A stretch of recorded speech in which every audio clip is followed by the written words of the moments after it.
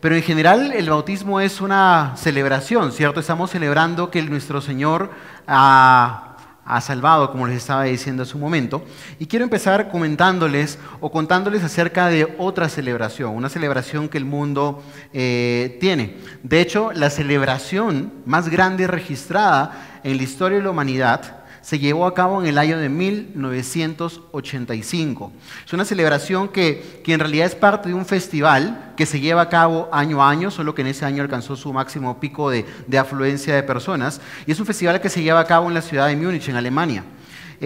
Su organización, solo de prepararnos para esa celebración o para ese festival, requiere que más de 13,000 personas trabajen durante un año para poder recibir a todos aquellos visitantes. Este festival congregó en el año de 1985 a más de 7 millones de personas. ¿Listo? 7 millones de personas. Y me estoy refiriendo al Oktoberfest, que es un festival del mundo que busca honrar a una de las bebidas alcohólicas más antiguas que conocemos. De hecho, como un dato curioso, se beben más de 8 millones de litros de cerveza por día. Pero así como el mundo celebra diferentes cosas, es el caso de un ejemplo, nosotros los creyentes también hemos sido llamados a celebrar al Señor. Pero esta celebración o esta alabanza que nosotros tenemos que llevar a cabo no debe ser hecha basada en nuestra creatividad, basada en nuestras emociones, sino que tiene que ser hecha basada en la palabra del Señor, en cómo el Señor nos ha enseñado o nos ha dejado escrito en su palabra que debemos adorarlo o que debemos celebrarlo finalmente, ¿no? Alabarlo a Él. De hecho, el texto que vamos a estudiar esta noche está relacionado con la alabanza y busca enseñarnos cómo debemos alabar a Dios, en qué debemos basar nuestra alabanza y bajo qué parámetros debemos hacerlo. Así que quisiera que por favor me acompañaran al Salmo número 33, que es la porción que vamos a estudiar esta noche. El Salmo número 33. Son 22 versículos que vamos a hacerlo de manera rápida, con la ayuda del Señor, pero no sin dejar de lado las riquezas y la profundidad que la palabra de Dios tiene para cada uno de nosotros. Así que vamos a empezar leyendo los 3 primeros versículos del Salmo 33, los cuales básicamente son un llamado que Dios nos hace a alabarlo. Y el texto dice lo siguiente: cantad de júbilo en el Señor, estoy leyendo en la versión de la Biblia de las Américas, cantad de júbilo en el Señor, oh justos. Apropiada es para los rectos la alabanza. Dad gracias al Señor con la lira. Cantadle alabanzas con el arpa de 10 cuerdas. Cantadle cántico nuevo. Tañed con arte, con voz de júbilo. Y en esos 3 primeros versículos podemos observar en primera instancia que el salmista está buscando exhortar o mandarnos a que los oyentes, quienes son los receptores de este salmo, pues puedan utiliza 6 palabras que buscan describir diferentes aspectos de cómo el pueblo de Dios debe alabar al Señor, que son los que vamos a ir viendo desagregados en esos 3 textos. Finalmente son acciones que el salmista espera que el pueblo de Dios lleve a cabo para poder adorarlo. En el verso 1 dice: cantad de júbilo en el Señor. Cantad de júbilo. Y la Reina Valera, si ustedes tuvieran esa versión en sus manos, en vez de cantad de júbilo lo traduce como alegraos. ¿Listo? Alegraos. Y eso no hay mucha profundidad en el significado, pues básicamente sirve que la alabanza a la cual somos llamados a hacer debe ser una alabanza de alegría. Y esa primera palabra o el hecho de que empiece con ese mandato el Salmo nos muestra todo el tenor o toda la intención que el salmista tiene lo que el salmista espera que producir en medio de la congregación. Y este Salmo, a diferencia de otros, que puede ser un salmo de lamento o un salmo de inclusive donde confiesan los pecados del pueblo o un salmo que busca reclamar justicia para el pueblo de Dios, este salmo es un salmo de celebración, es un salmo que busca, como les digo, que el corazón del creyente o del oyente pues se llene de alabanza al Señor.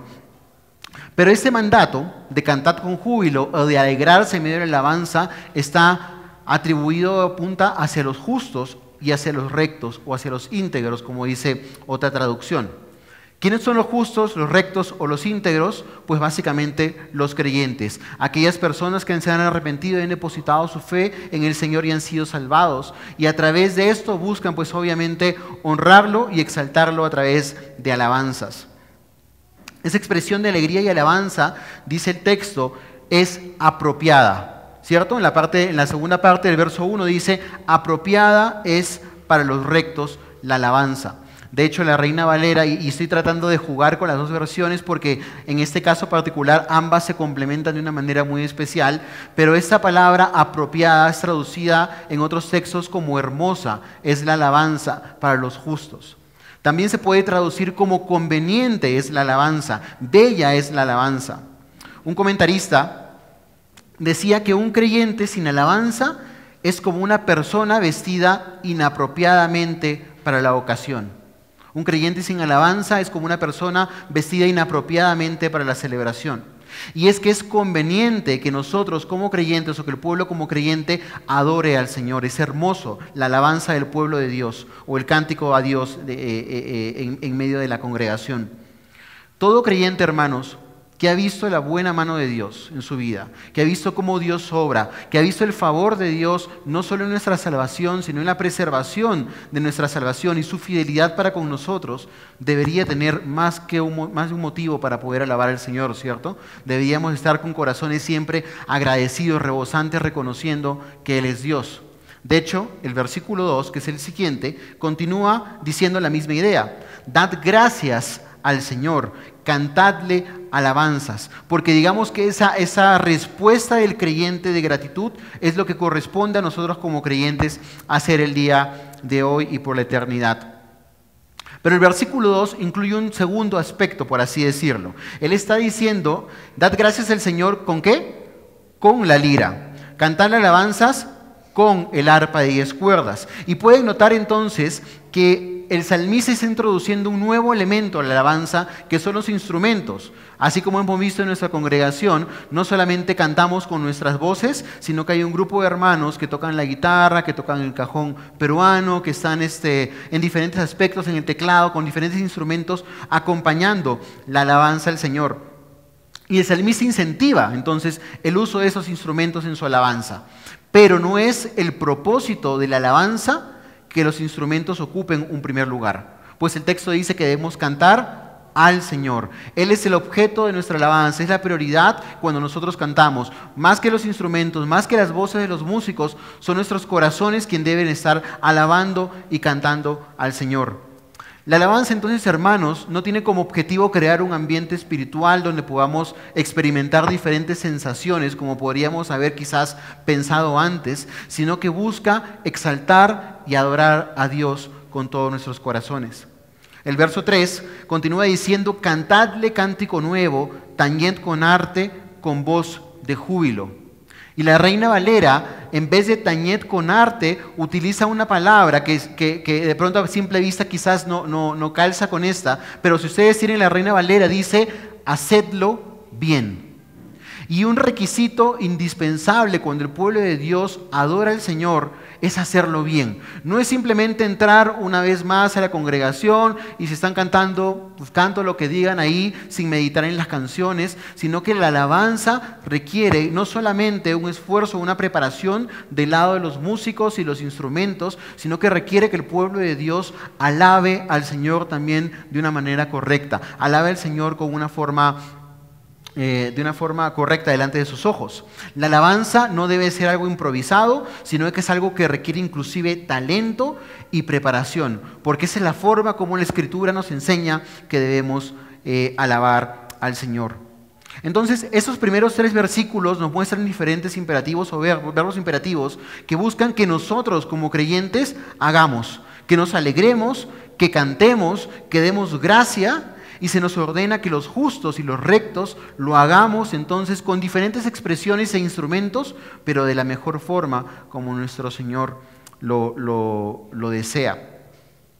Así que hasta este punto hemos visto entonces una manifestación exterior de cómo debe lucir la alabanza en medio de la congregación.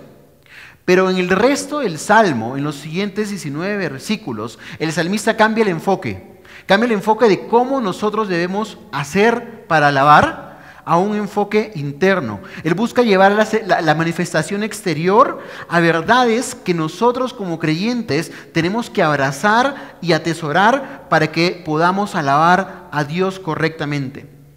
El salmista no solo entonces nos exhorta a alabar al Señor, sino que en los siguientes versículos nos revela 4 atributos de Dios que nos deben llevar a tener una correcta adoración a Él.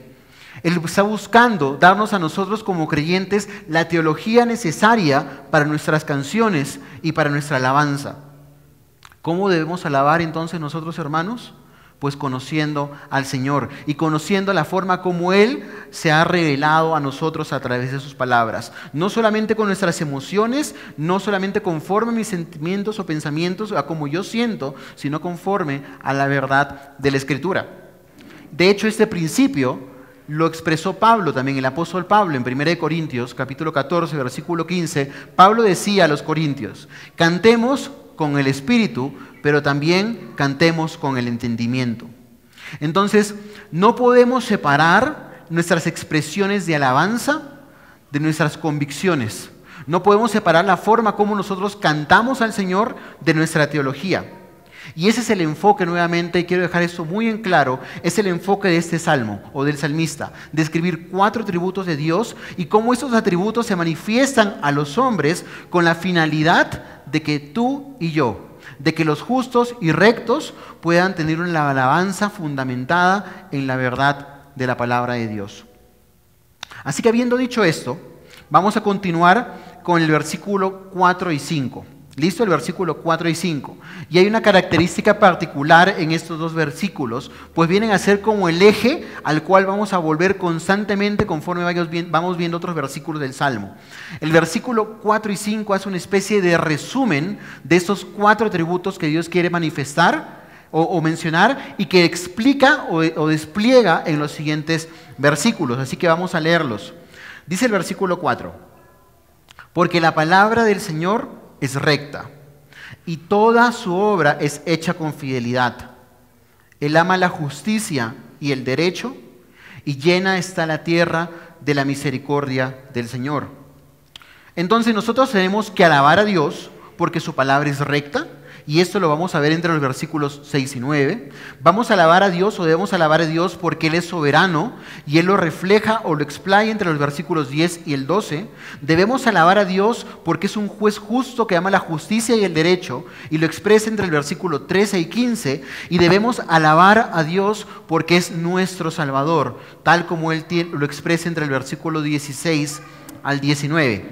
Así que habiendo puesto esto sobre la mesa, vamos a entrar en materia y vamos a explicar y entrar al primer atributo reflejado aquí. Y estoy hablando acerca de la rectitud de Dios o del poder de Dios expresado a través de su palabra. Dice el versículo 4a, vamos a separar 4a, 4b, 5a y 5b, y cada uno va a ir a diferentes textos del mismo salmo. Dice el versículo 4a entonces: porque la palabra del Señor es recta. Cuando estamos hablando de la palabra del Señor, estamos hablando de lo que Dios quiso dar a conocer de sí mismo a los hombres. Ningún hombre puede llegar a conocer a Dios de manera íntima y entablar una relación en cuanto a redención, en cuanto a salvación, si no tiene una comprensión de las verdades o lo que Dios ha revelado de sí mismo en la palabra del Señor, en la Biblia, ¿cierto? Entonces, no podemos conocer a Dios íntimamente si no fuera por las Escrituras. Y las Escrituras contienen muchas características o atributos semejantes a las del mismo Dios, porque al final es la palabra exhalada del Señor. La palabra de Dios, cada verso, cada versículo, cada capítulo finalmente fue expresado por Dios a través de los hombres, como lo dice 2 de Pedro, para que nosotros podamos comprender y conocer a Dios. Entonces, el carácter de Dios muchas veces, la palabra o la Escritura está muchas veces atada a quién es Dios o al carácter de Dios. Y en este caso, como nuestro Señor es un Dios recto, la palabra de Dios es recta, como lo acabamos de leer en el versículo 4a. Esta palabra recta significa directa, sin curvas, algo que va derecho hacia su objetivo, algo que está moralmente y éticamente calificado para llevar a cabo algo. En otras palabras, la palabra de Dios no falla, cumple su propósito por el cual ha sido enviada. Y seguramente recuerdan al profeta Isaías, en el versículo 55, capítulo 55, verso 11, el profeta decía: así será mi palabra que sale de mi boca, no volverá a mí vacía sin haber realizado lo que deseo y logrado el propósito por el cual la envié.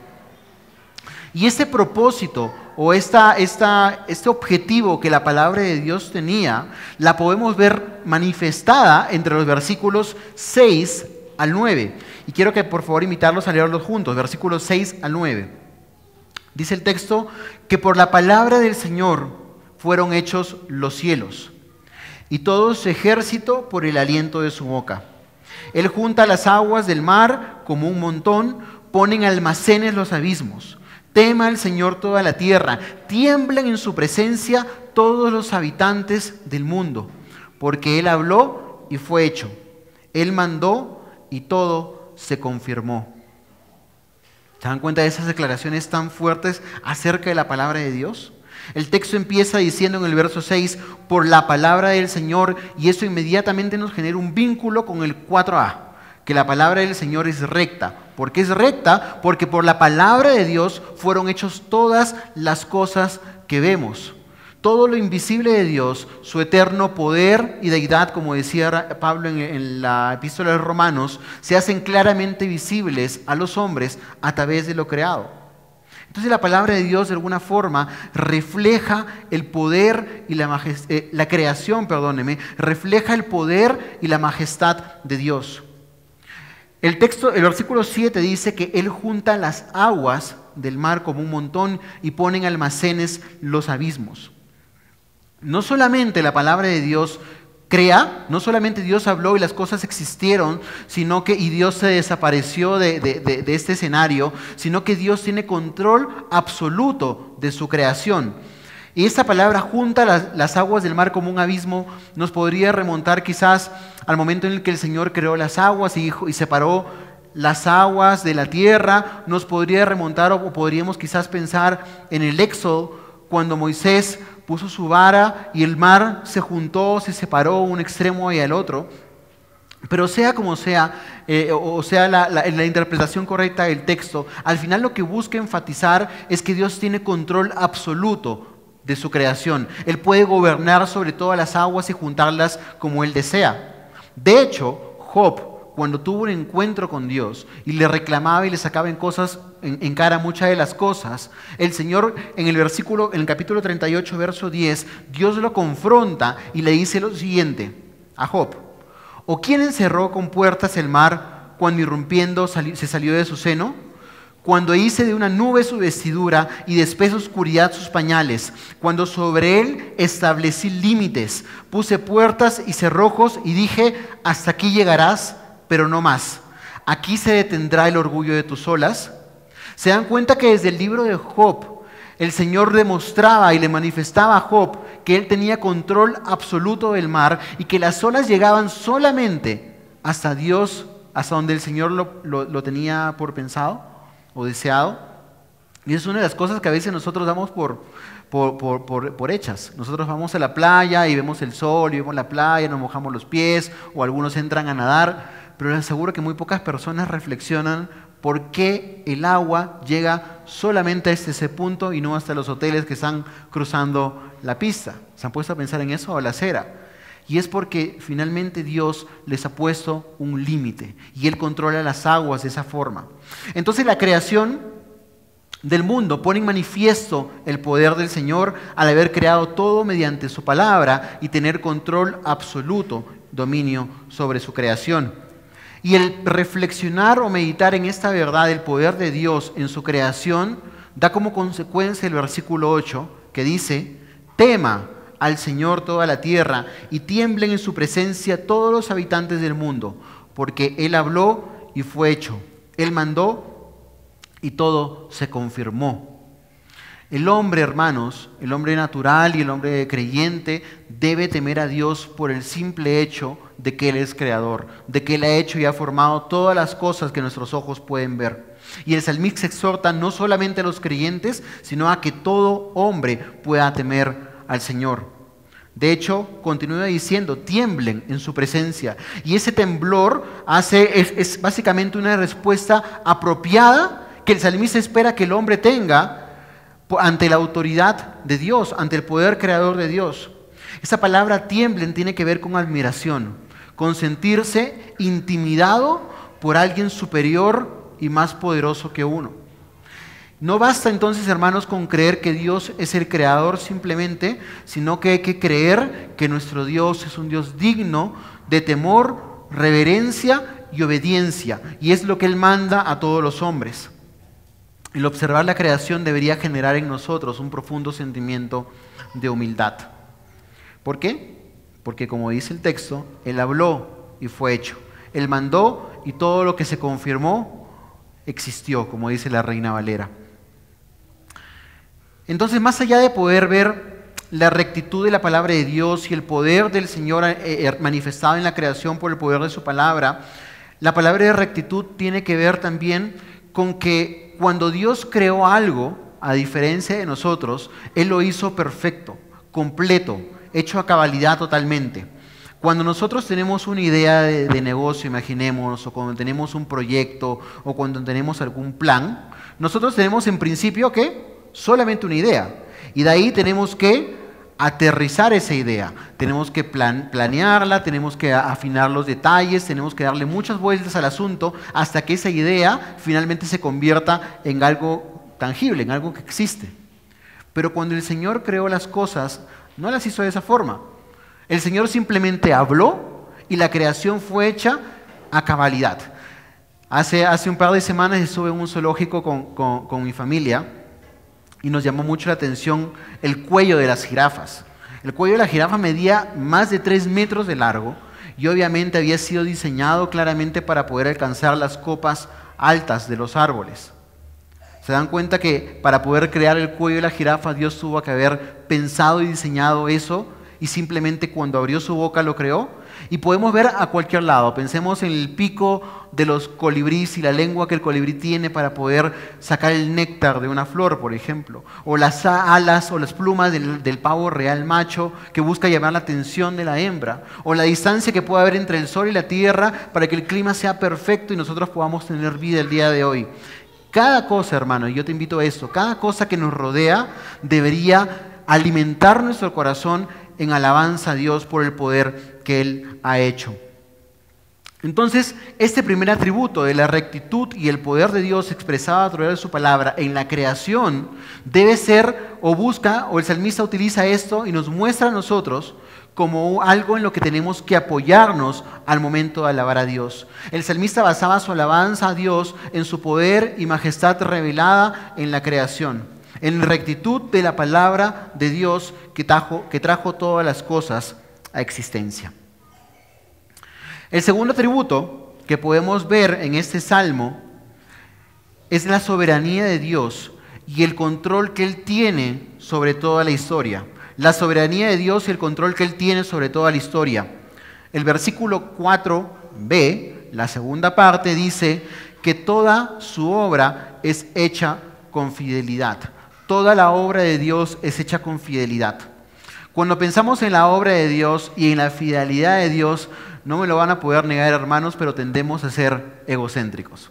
Pensamos en la obra de Dios en mi vida, en mi familia, cómo Dios me está santificando, cómo Dios me ayuda en medio de las tentaciones, cómo Dios hace esto, hace lo otro, pero de alguna manera, si son sinceros consigo mismos, así como yo lo fui conmigo mismo, estamos pensando siempre en la obra de Dios en primer lugar, en la obra que Dios hace en nosotros, ¿cierto? Y a veces eso nos lleva a pensar que Dios o la obra de Dios va mucho más allá de nosotros, va mucho más allá de nuestra familia, va mucho más allá de la obra de Dios en nuestra iglesia o en nuestra ciudad.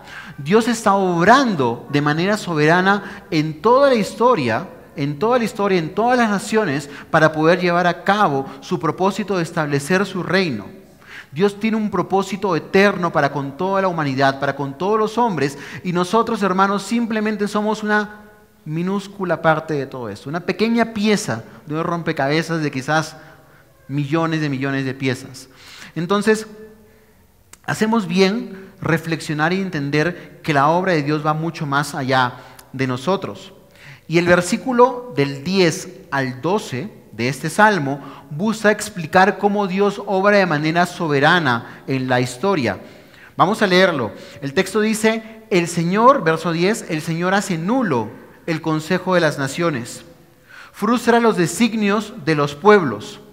El consejo del Señor permanece para siempre, los designios de su corazón de generación en generación. Versículo 12, bienaventurada la nación cuyo Dios es el Señor, el pueblo que Él ha escogido como herencia para sí. Y el salmista está haciendo un cambio de enfoque. Empezó, y vamos a verlo más claro, con más claridad más adelante, pero es una especie de embudo lo que el salmista empieza a hacer. El salmista empezó hablando del primer atributo y el poder de Dios manifestado en la creación. Y ahora el salmista está empezando a hablar ya no de la creación, ya no del universo y las estrellas, sino ahora está acotando el poder de Dios y la soberanía de Dios a las naciones y a los pueblos, como lo podemos ver ahí. En estos textos, versículos 10 y 11, hay dos palabras que deben llamar nuestra atención. La palabra consejo y la palabra designios, ¿cierto? Consejo y designios. Y este consejo y designios básicamente se puede traducir como planes, como estrategias, pensamientos o maquinaciones que las naciones tienen, o los planes o las estrategias o el futuro de hacia dónde los países quieren ir, qué están haciendo los países para poder alcanzar los objetivos que ellos buscan.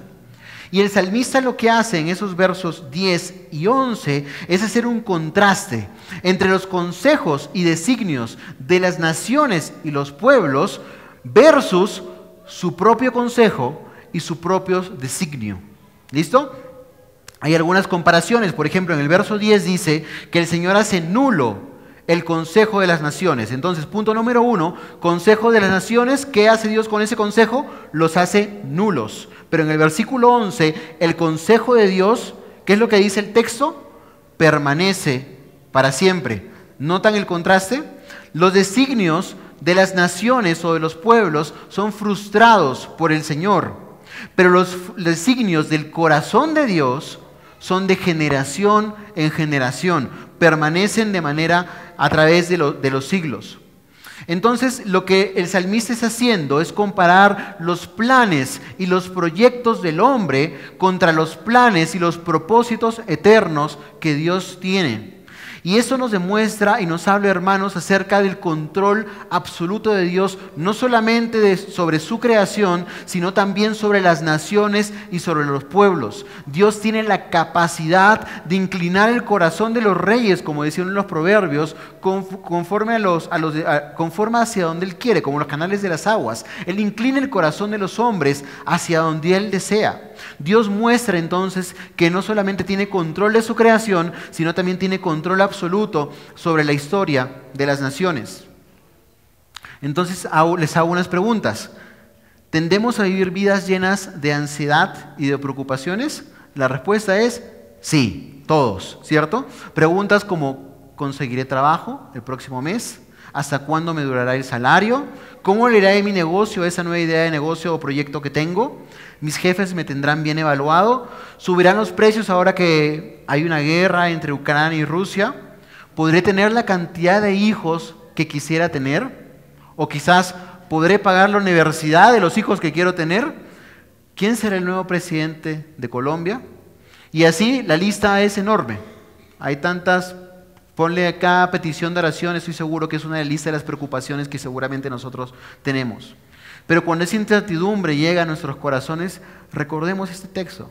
El Señor tiene control absoluto de las naciones y de los pueblos. Dios es un Dios soberano que lleva a cabo su voluntad. Y la voluntad de Dios, hermanos, siempre triunfa. No es sacudida, no es retrasada ni interrumpida por los planes del hombre. Dios hace lo que quiere. Salmo 135, 6. Todo cuanto el Señor quiere, eso hace. En los cielos y en la tierra, en los mares y en los abismos. Todo lo que Dios quiere, eso hace. Job 23:13 dice, el alma de Dios deseó y eso hizo. Entonces, podemos confiar en el Señor. Podemos confiar que si Dios tiene control absoluto de la historia y de las naciones, tiene control absoluto de nuestras vidas.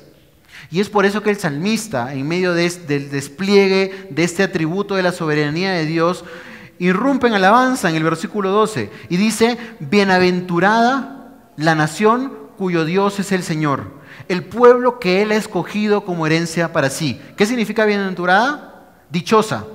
¿Por qué esta nación o este pueblo que Dios ha escogido para sí es dichosa?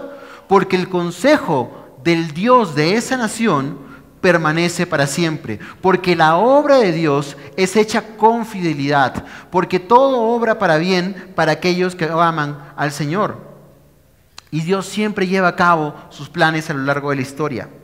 Las palabras pueblo y nación que aparecen en el versículo 12 es un contraste directo entre los pueblos y las naciones cuyos consejos y designios son frustrados y hechos nulos. Mientras una nación experimenta frustración porque no se cumple lo que quiere, porque Dios tiene otro plan, la nación y el pueblo de Dios es dichosa. Es dichosa. Y esto, hermanos, nos muestra el carácter de Dios.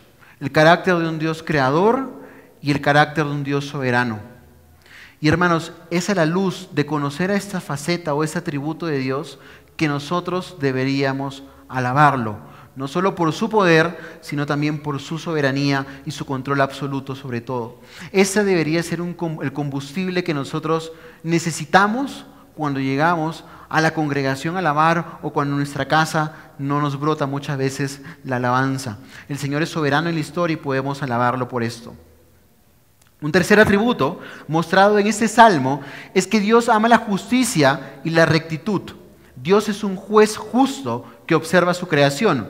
Volvamos al versículo 5 en la parte A, versículo 5a. Dice, Él ama la justicia y el derecho. Dios ama la justicia y el derecho. ¿Y cómo sabemos que Dios ama la justicia y el derecho? El mismo Salmo nos lo explica entre el versículo 13 al 15. Dice, el Señor mira desde los cielos. Él ve a todos los hijos de los hombres. Desde el lugar de su morada, Él observa a todos los habitantes de la tierra. Él es el que modela el corazón de cada uno de ellos. Él que todas las obras de ellos entiende. ¿Recuerdan el embudo que les hablé hace un momento? Dios creador, Dios soberano sobre la historia, pero aquí nos muestra ya no un Dios que ve naciones y pueblos, sino que nos muestra a un Dios que está viendo individuos, habitantes y moradores de la tierra. De una manera personal, de una manera íntima, Dios está atento a todas las obras de los hombres, como lo dice la Reina Valera. Estos 3 versículos nos muestran a un Dios que mira y observa a todos los hombres de manera individual. Y nos está enseñando también que la mirada de Dios sobre cada uno de los hombres es una razón por la cual nosotros deberíamos alabar a Dios. ¿Por qué? Porque es un Dios detallista. Es un Dios que mira a cada una de las personas que estamos aquí congregados oyendo su palabra, pero también mira a todos los hombres que se encuentran fuera de su casa o fuera de su reino. El salmista, Dios mira desde los cielos todo lo que sucede en la tierra. No hay nada que pase en esta tierra que escape del ojo del Señor. Nada, absolutamente. La Reina Valera, como les decía en el versículo 13 al final, menciona y dice, atento está el Señor a todas las obras de los hombres. El Dios que formó, que modeló el corazón de los hombres, está considerando las acciones de cada una de las personas. El Dios que ama la justicia y el derecho, como lo dice el versículo 5, es también el juez de cada uno de los hombres que está al pendiente de lo que ellos hacen o no. Es un Dios que evalúa la condición de su creación. Y el comprender o el conocer que tenemos a un Dios creador y a un Dios juez, es de suprema importancia en el momento que nosotros compartimos el Evangelio a una persona que no conoce al Señor. ¿Por qué? Porque cuando uno comparte el Evangelio, lo que busca finalmente es traer a través de la palabra de Dios convicción de pecado de esa persona, que pueda ver su necesidad real de al haber ofendido a Dios y de la necesidad de perdón que ese hombre tiene. Y en ese momento poder darle las buenas nuevas de salvación en Jesucristo.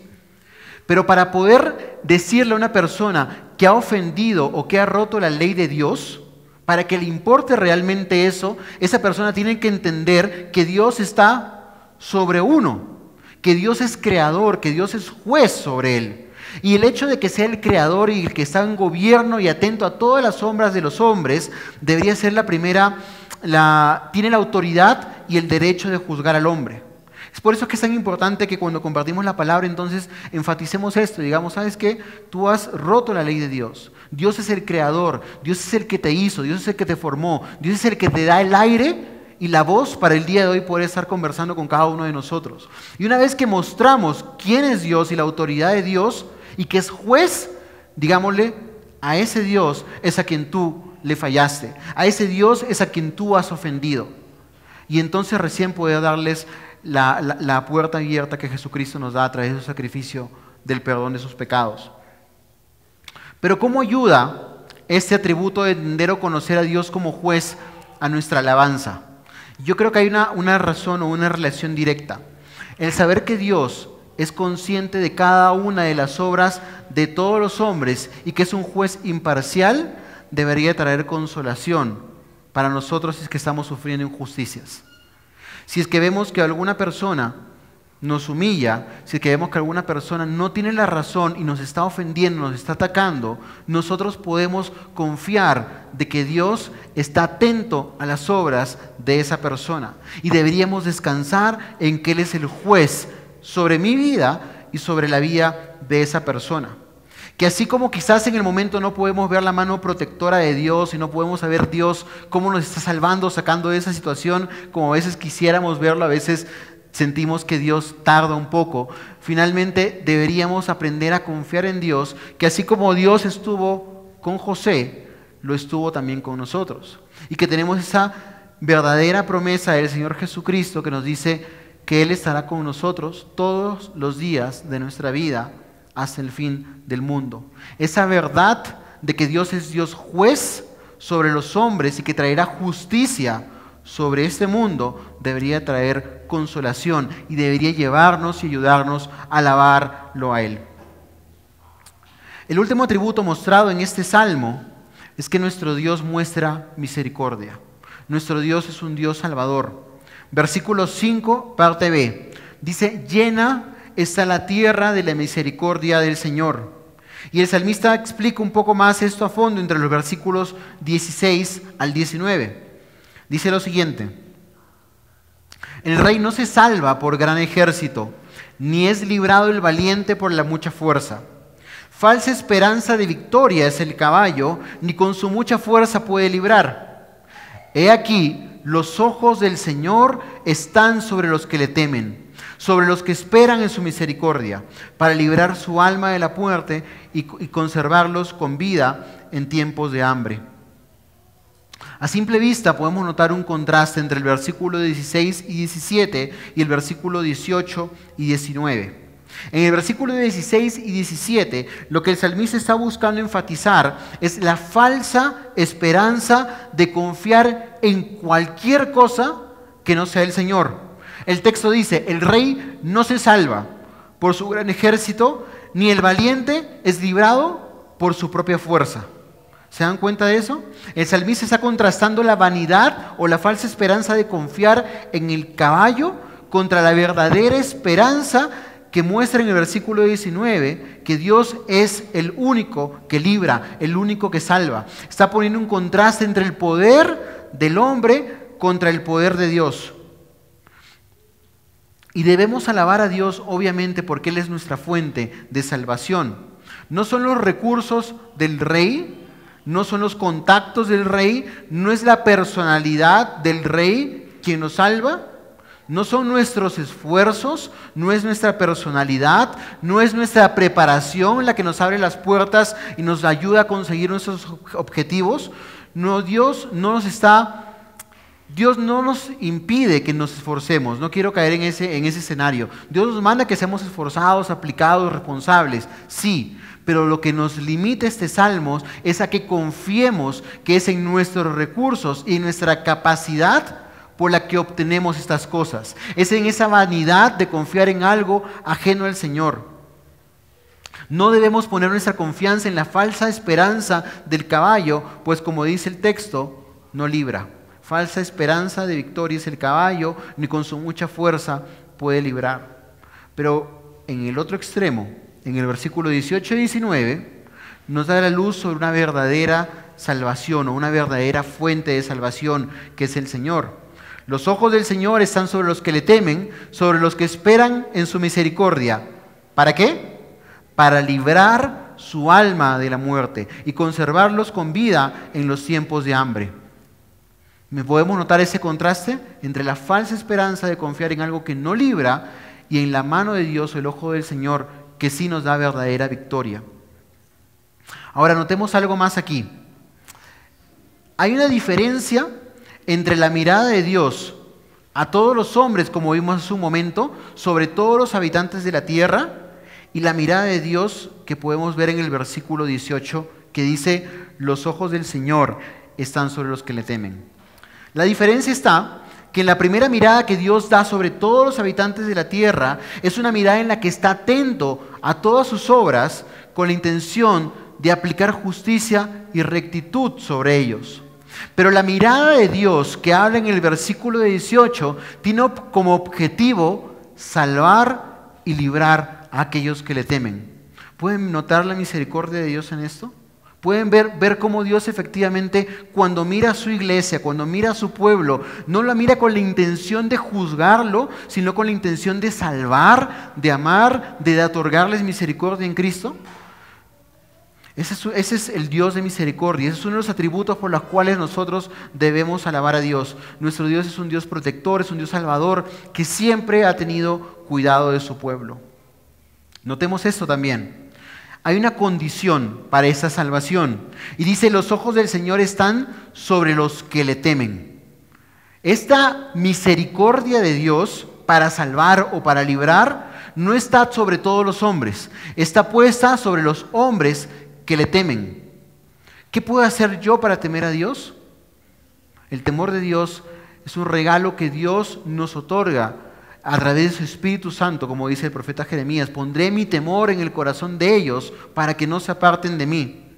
Y este temor solamente es algo que Dios puede poner en el corazón de los creyentes, de aquellos que se han arrepentido de sus pecados y han creído en nuestro Señor Jesucristo. Que Dios se encarnó, se hizo hombre, vivió una vida perfecta, sin ningún pecado en esta tierra.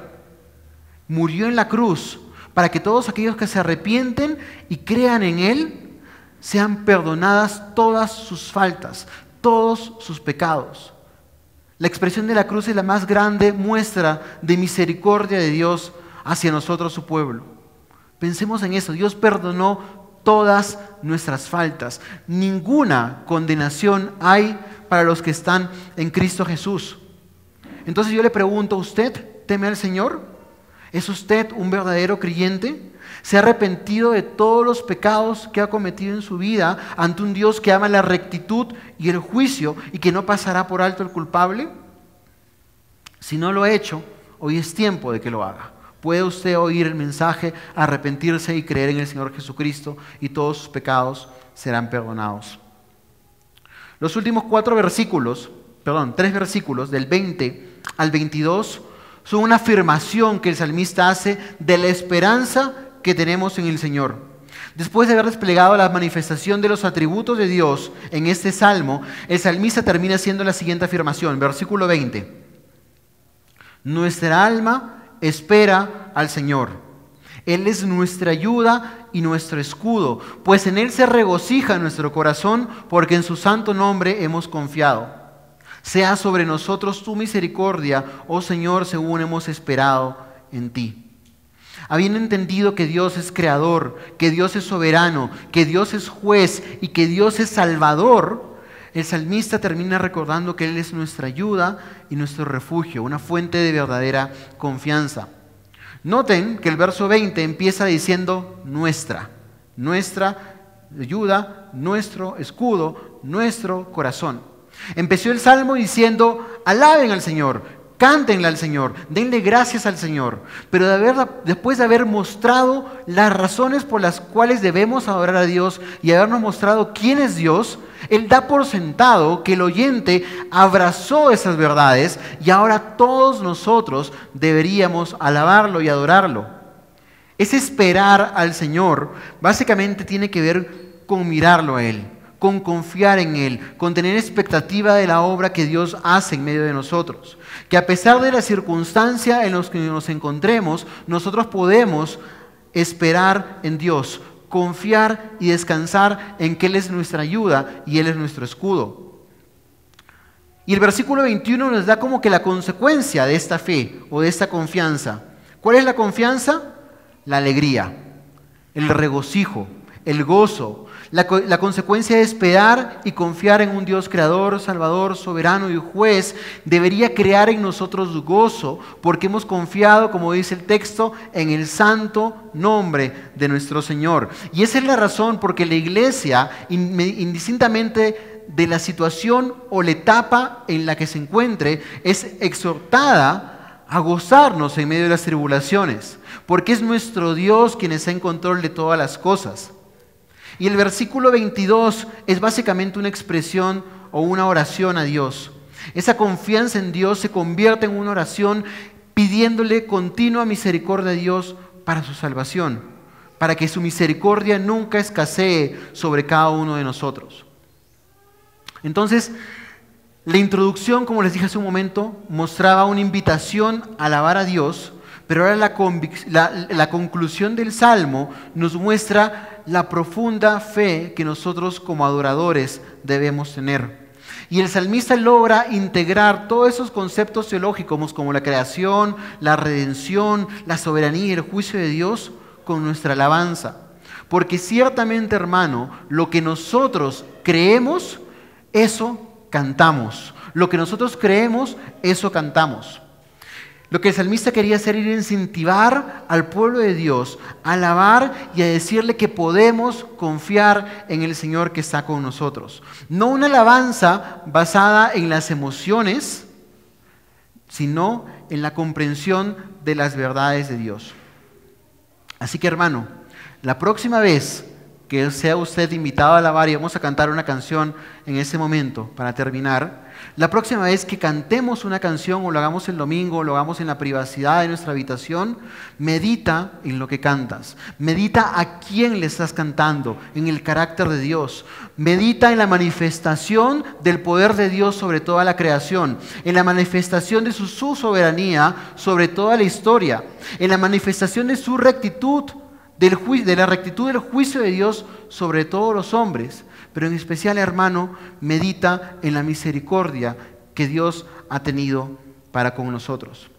Y recordemos siempre, entonces, hermanos, que apropiada es para los rectos la alabanza. Terminemos orando, por favor. Padre, te damos gracias, Señor, por tu palabra. Nosotros sin ella, Señor, estaríamos perdidos. Sin ella tendríamos en nuestra mente un ídolo, Señor. Adoraríamos probablemente a un Dios falso, Señor, pero a ti te ha placido el revelarte, Señor, en ella, a nosotros, tu pueblo, como un Dios creador, Señor, un Dios poderoso, un Dios soberano que tiene control absoluto de todas las cosas, Señor. Un Dios juez justo, Señor, que está atento a todas las obras de los hombres, Señor, pero un Dios también que ha derramado misericordia sobre cada uno de nosotros, Padre. Que en medio de la situación en la que nos encontremos, Señor, tú nos ayudes a levantar nuestros ojos siempre a ti, Señor. Que podamos volver a tu palabra, Señor, que podamos recordar quién tú eres, Señor, y podamos adorarte. Que nuestra alabanza sea una ofrenda de amor, Señor, una ofrenda agradable delante de tus ojos, porque está basada, Señor, en quién tú eres, Padre. Ayúdanos como congregación, Señor, a poder hacerlo siempre, Señor, con un corazón limpio, con un corazón arrepentido, Señor, humillado delante de ti, reconociendo tu poder y tu salvación en medio nuestro. Te damos gracias por este tiempo en el nombre de Jesús. Amén.